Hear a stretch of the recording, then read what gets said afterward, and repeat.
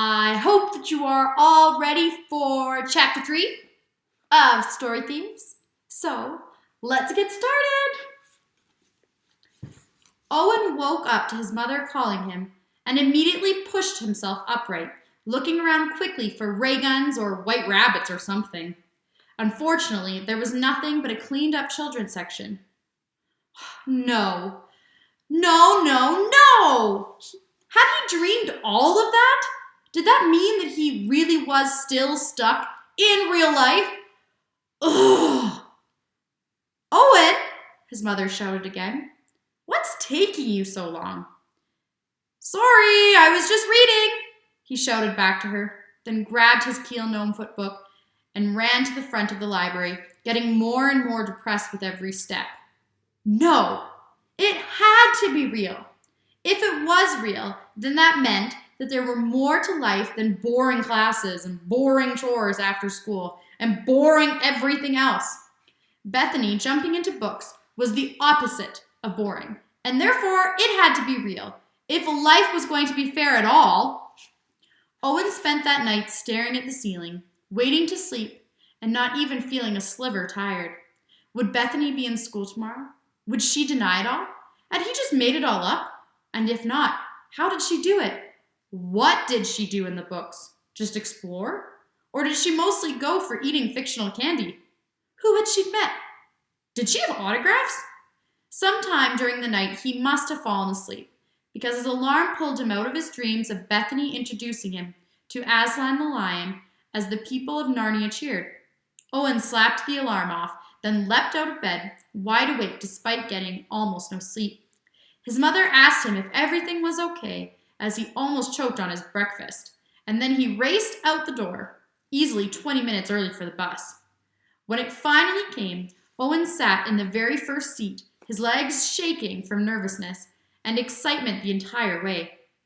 He pushed his way off the bus as fast as he could and speed walked to class so he wouldn't get in trouble for running. Once there, he took his seat and waited, the first one to show up. Other kids filed in, none looking that happy to be there. And more than a few gave him an odd look as he sat at his desk, grinning in anticipation. He couldn't help it, though. Bethany would be there soon, and he'd get his answers. It had to be real.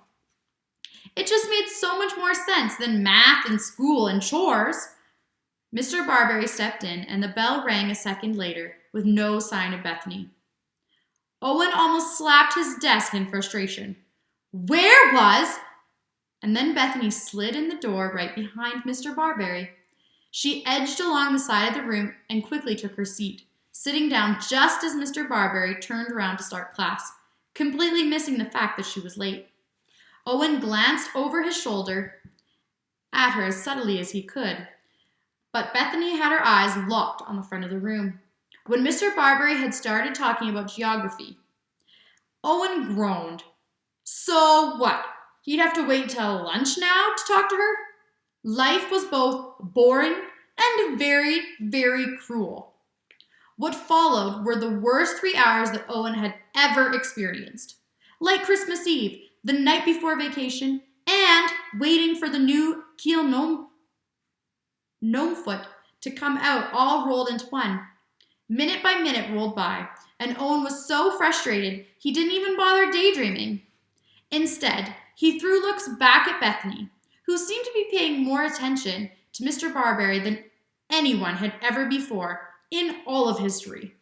Finally, the lunch bell rang, and Owen had to hold himself down, letting the rest of the class leave before him. Bethany seemed to be waiting too, but seeing that he wasn't going anywhere, she quickly got up and left, ignoring him when he called out her name as she passed. Owen paused, psyched himself up, then walked out directly behind her, following her to the cafeteria. She sat down alone at a table with her paper bag lunch, and he sat down right across from her, completely lunchless. Hi, he said, grinning widely. She sighed loud enough to be sure he heard, and gave him a dirty look. What? What are you reading? He asked, pointing at the book next to her lunch tray. She flipped the book over even as he asked about it.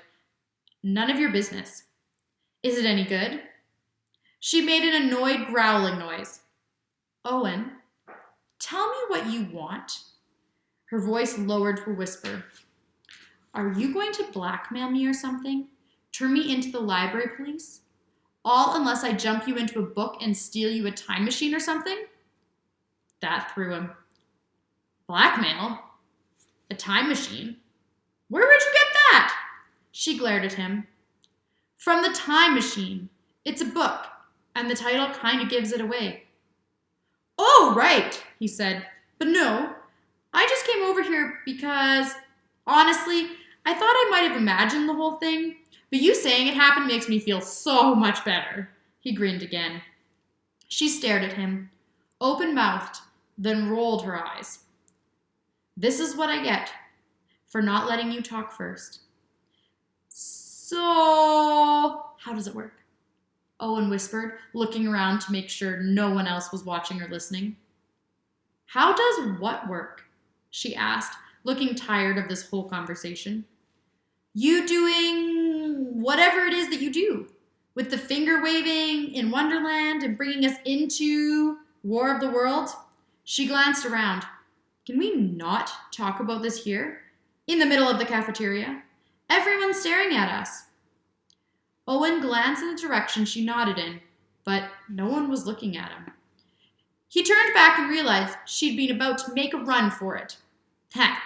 Nice try, he said, standing up too. We can go somewhere else, but you're not running away into a book or something. Not without me. Is that a threat? She demanded, giving him a cold glare. No, he said, his confusion making his smile fade. You can't know how amazing this is, how it makes up for everything. I knew that there was something like this out there, because if there wasn't, then life was just dental floss and vegetables and word problems. That can't be everything. Deep down, I think we all know there has to be more. So, for books to be real, to know they're out there, all my favorite characters, that would make it all worth it. She stared at him for a moment, then shook her head. I'm an idiot for even talking to you, but if I tell you about it, will you promise to never tell anyone else? Owen crossed his heart, and she rolled her eyes again. Not good enough? He asked.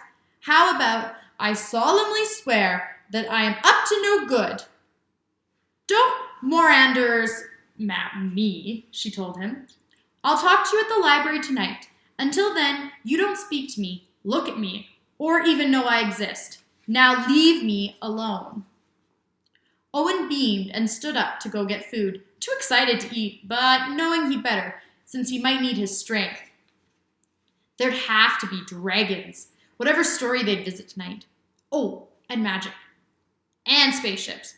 And aliens who weren't allergic to human colds, and flying squirrels and volcanoes and super spies, probably, and everything else he couldn't even imagine right now.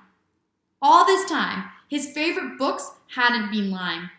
All you had to do was wait long enough, last through enough boring lessons on fractions, live through enough chores and homework and evil stepmothers, and eventually you found something better. A fairy godmother, a dying alien with a power ring, or a doorway to a magical world. And Owen's doorway just happened to be a girl named Bethany. The rest of the day went by in a blur, mostly because Owen didn't even bother trying to pay attention. Instead, he went through all of his favorite books in his head, trying to pinpoint which one they should go into first. Obviously, Harry Potter would be near the top of the list. Not even to Hogwarts, just to Ollivanders for a wand. That'd be perfect. Next, the Lightning Thief. And the Graveyard Book. And a trip to Fablehaven.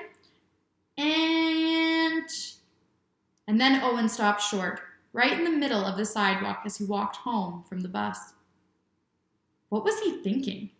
What was everyone at school talking about? The 7th Keel Gnomefoot book. Out next week. And why? because they all wanted to find out if the Magister had lived, and if not, to see Keel get revenge on Dr. Verity.